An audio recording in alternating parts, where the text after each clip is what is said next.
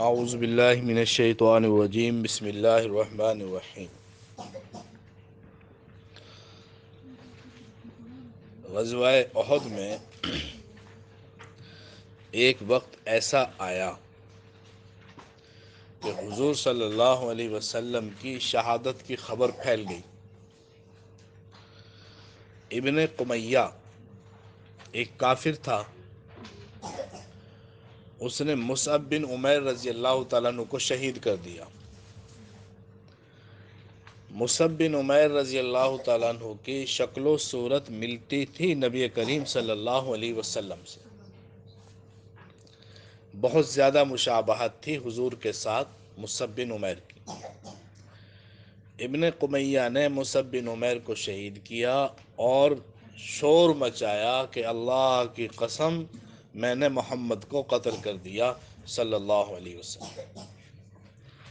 وہ چھلانگیں لگاتا تھا، شور مچاتا تھا اور چیختا تھا اور چلاتا تھا۔ پورے میدان احد میں اس نے چیخ چیخ کے کہا کہ میں نے اللہ کی قسم محمد کو قتل کر دیا صلی اللہ علیہ وسلم۔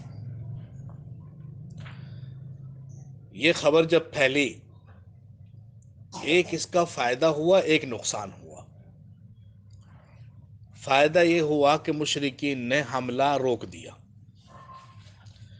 اب تک جو گھمسان کی لڑائی ہو رہی تھی تو مشرکین نے سمجھا کہ بس اب مقصد پورا ہو گیا ہے، باقیوں کو مارنا تو کوئی مارنا نہیں ہے، اصل مقصد جو تھا وہ پورا ہو گیا ہے، لہٰذا اپنے اپنے کیمپوں کی طرف لوٹنے لگے۔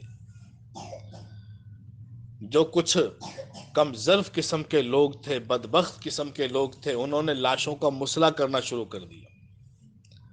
مسلمان شہداء کی مسئلے میں مصروف ہو گئے، ناک کاٹ دیے، کان کاٹ دیے، شرمگاہیں کاٹ دی، اور ہندا نے حضرت حمزہ کا سینہ چاک کیا، کلیجہ نکالا، اسے چبایا اور نگلنا چاہا، نگل نہ سکی تو تھوک دیا، اور حضرت حمزہ کے کان اور ناک ان کا ہار بنا لیا۔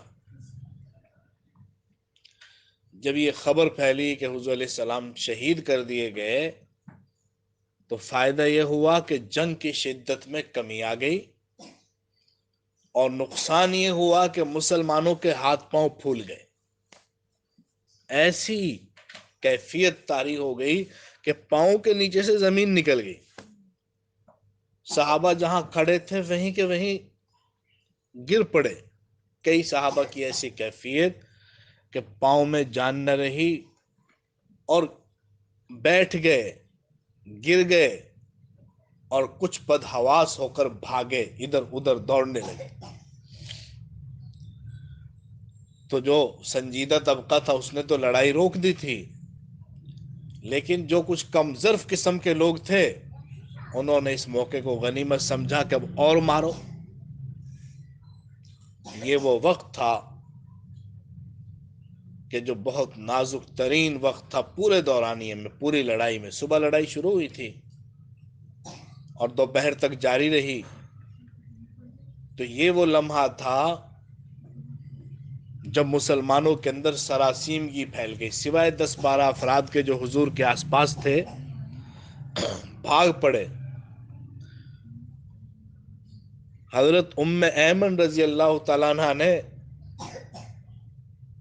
ان کو غیرت دلائی، جیسے ہمارے ہاں مشہور ہے کہ چوڑیاں پیش کر دیں کہ تم نامرد ہو اور تم خواتین کے یہ چوڑیاں پہنو، تم مرد کہلانے کے لائق نہیں۔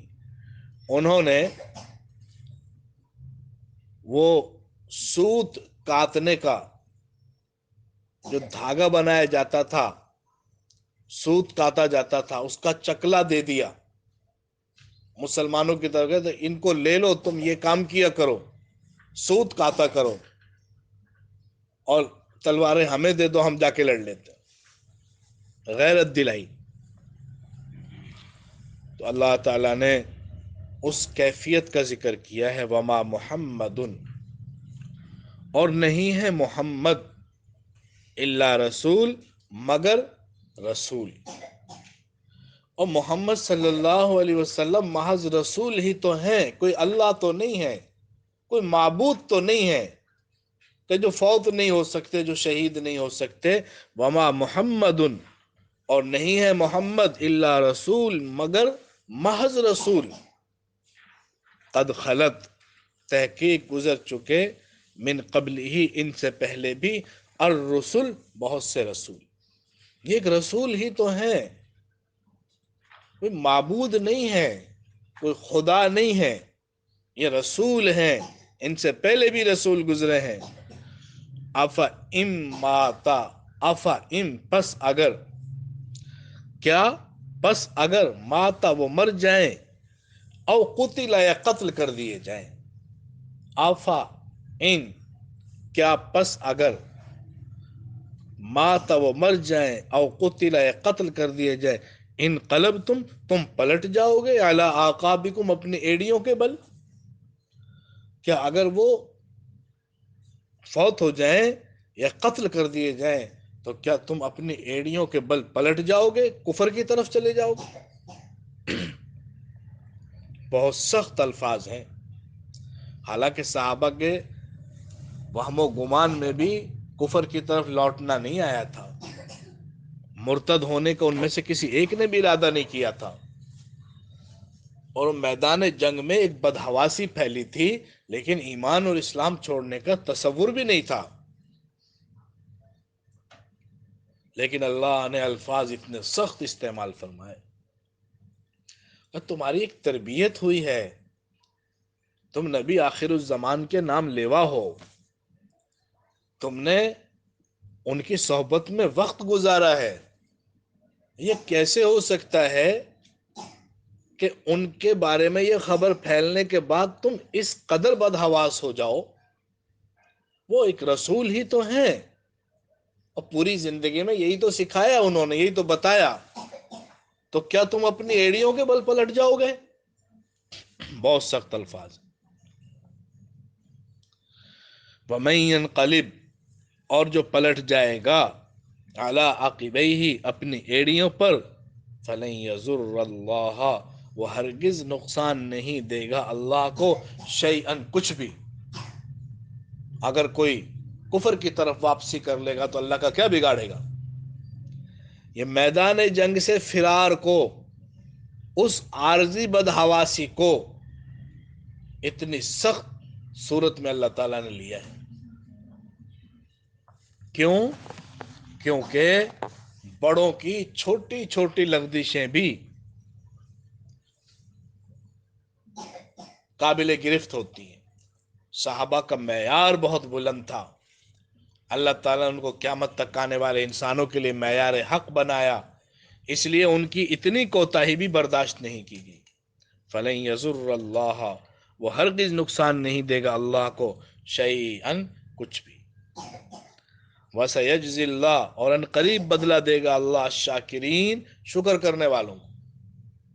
شکر کرنے والے کون ہیں؟ کہ جن کو جو نعمت ملی اس کی قدر کرتے ہیں.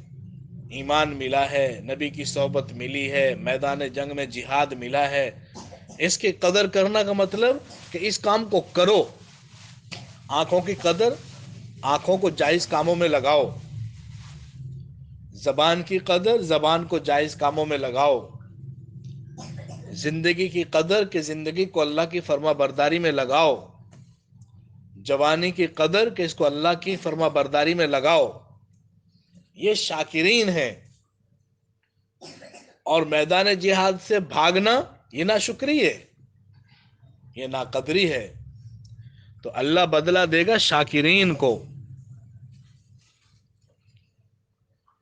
وَمَا كَانَ لِنَفْسٍ، اور نہیں ہے کسی نفس کے لیے، ان تموتا، کہ وہ مر جائے.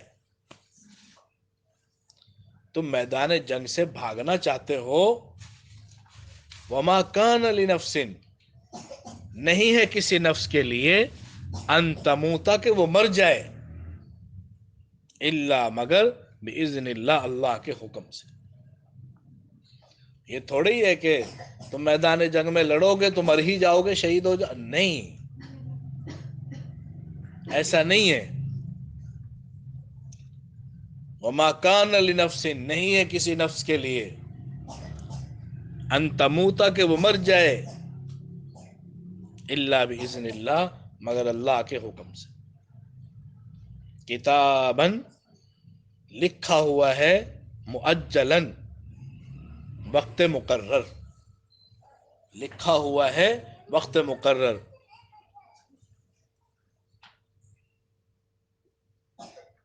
کہ میدان جنگ میں رہنے سے موت یقینی نہیں ہے، موت کا ایک وقت مقرر ہے، وہ بستر پر بھی آ سکتی ہے، میدان جنگ میں۔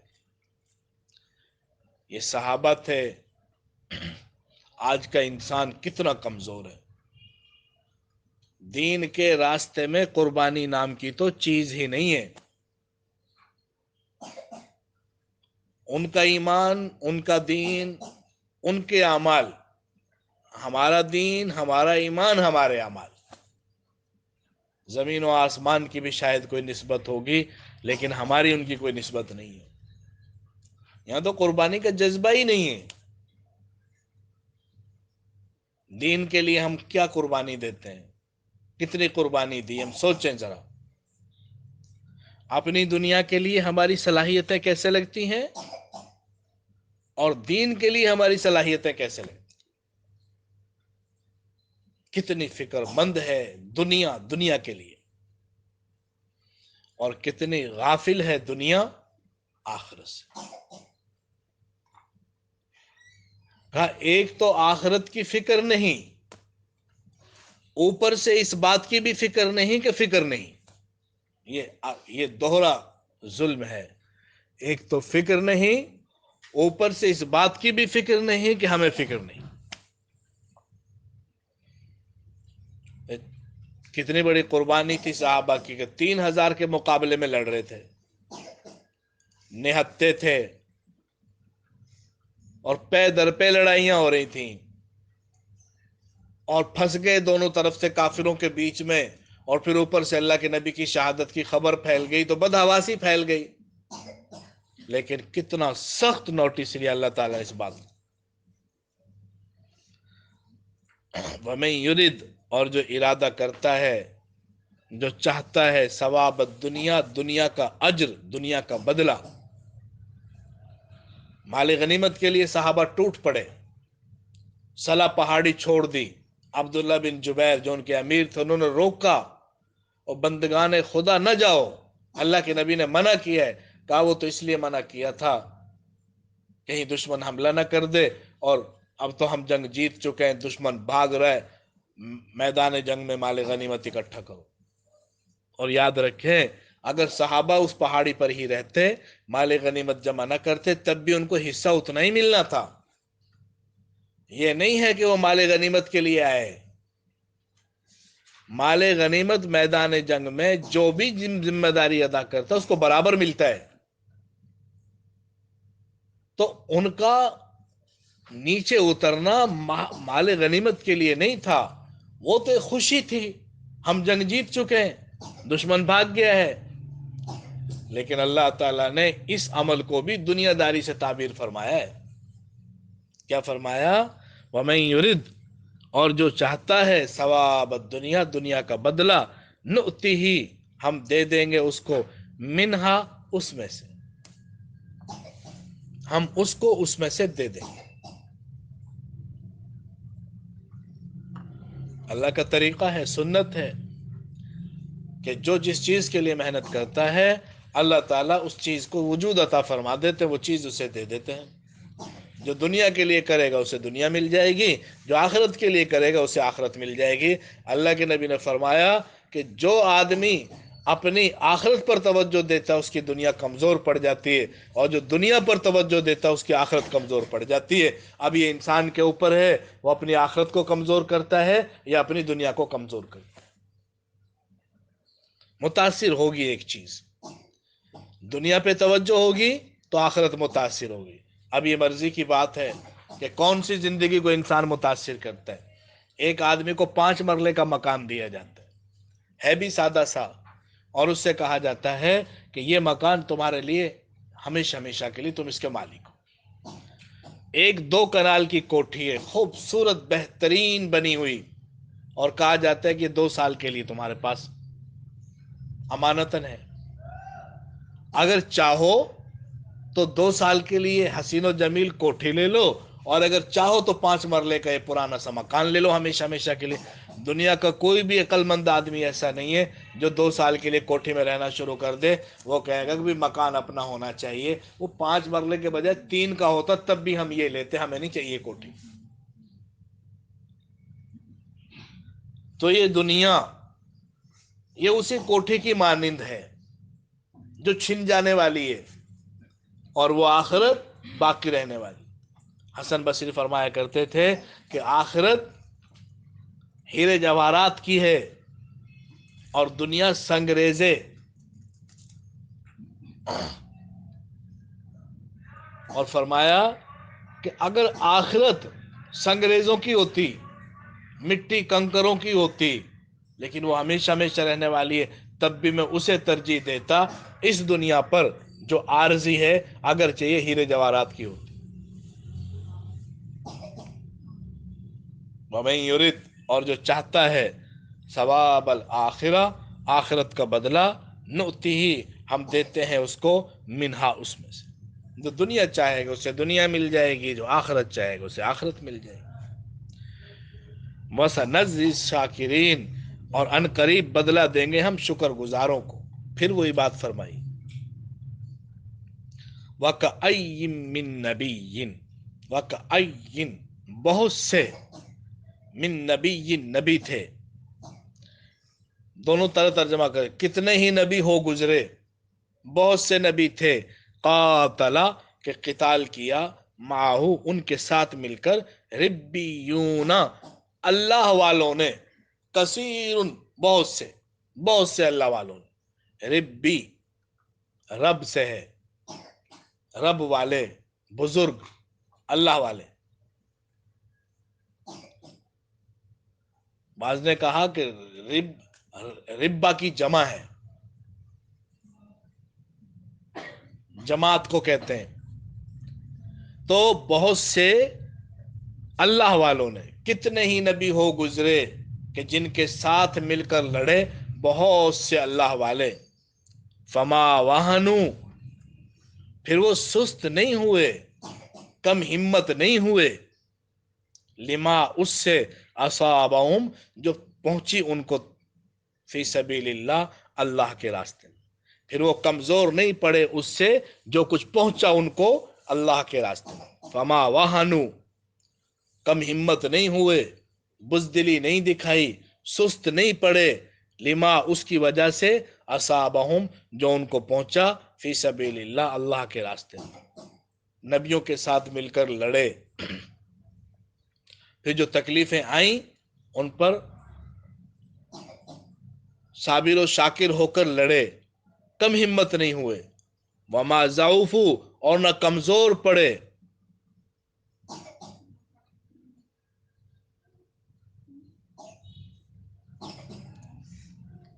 وما ضعفوا، اور نہ کمزور پڑے، ومستکانوا، نہ سست ہوئے، ہمت نہیں ہاری، سست نہیں ہوئے، بیٹھ نہیں گئے، واللہ یحب الصابرین، اللہ پسند کرتا ہے صبر کرنے والوں۔ کتنے سخت الفاظ میں اللہ تعالیٰ مسلسل ڈانٹ رہے ہیں۔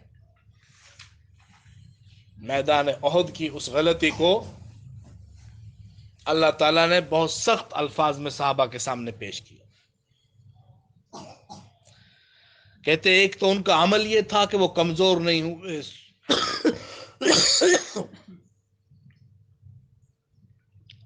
سست نہیں ہوئے، ہمت ہار کے بیٹھ نہیں گئے،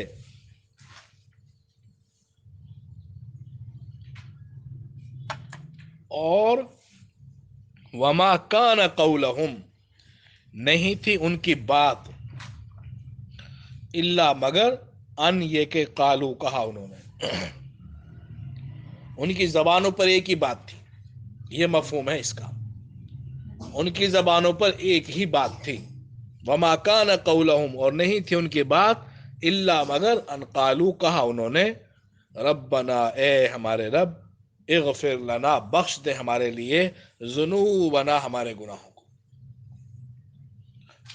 ہمارے گناہوں کو بخش دے، و اسرافنا اور ہماری زیادتی کو فی امرنا ہمارے معاملے میں ہمارے کام میں، جو کوتاہی ہم سے ہوئی ہے اس کو بھی معاف کر۔ یہ ہونا چاہیے تھا، سست نہ پڑو، کم ہمت نہ بنو، ہمت نہ ہارو، لڑو اور اللہ سے مغفرت چاہو، اور جو کوتاہی ہو گئی اس پر معافی مانگو۔ اغفر لنا بخش دے ہمارے لیے ذنوبنا ہمارے گناہوں کو، و اسرافنا اور ہماری زیادتی کو فی امرنا ہمارے معاملے میں ہمارے کام میں، اس عمل جہاد میں جو کوتاہی ہوئی ہے اس کو بھی معاف فرما۔ وثبت اور جما دے اقدامنا ہمارے قدم، منصورنا اور مدد کر ہماری علی القوم الکافرین کافر قوم کے خلاف، اور مدد کر ہماری کافر قوم کے خلاف۔ فآتاہم اللہ پھر دیا ان کو اللہ نے ثواب الدنیا دنیا کا بدلہ، اللہ نے پھر ان کو دنیا بھی دی، مال غنیمت بھی ملا، دنیا کا بدلہ بھی دیا، وحسن ثواب الآخرہ اور آخرت کا بہترین بدلہ۔ دنیا کو صرف بدلہ کہا اور آخرت کے بدلے کو بہترین بدلہ فرمایا، وحسن ثواب الآخرہ اور آخرت کا بہترین بدلہ۔ یہ آنکھ جب بند ہو جائے گی ایک نیا جہان ہمارے سامنے یک دم کھل کے آ جائے، یک دم وہاں ایک نئی زندگی ہوگی، خوبصورت اٹکھیلیاں کرتی ہوئی، رقص کرتی ہوئی، ایک خوبصورت چہچہاتی لہلہاتی سرسبز و شاداب زندگی ہوگی، اور دوسری طرف بہتے ہوئے زخم، چیخو پکار، آہو بکا، اور آگ، سانپ، بچھو، تکلیف، ایک نئی زندگی کا نقشہ سامنے آئے گا۔ واللہ یحب المحسنین، اور اللہ تعالیٰ پسند کرتے ہیں نیکی کرنے والوں کو۔ اللہ اللہ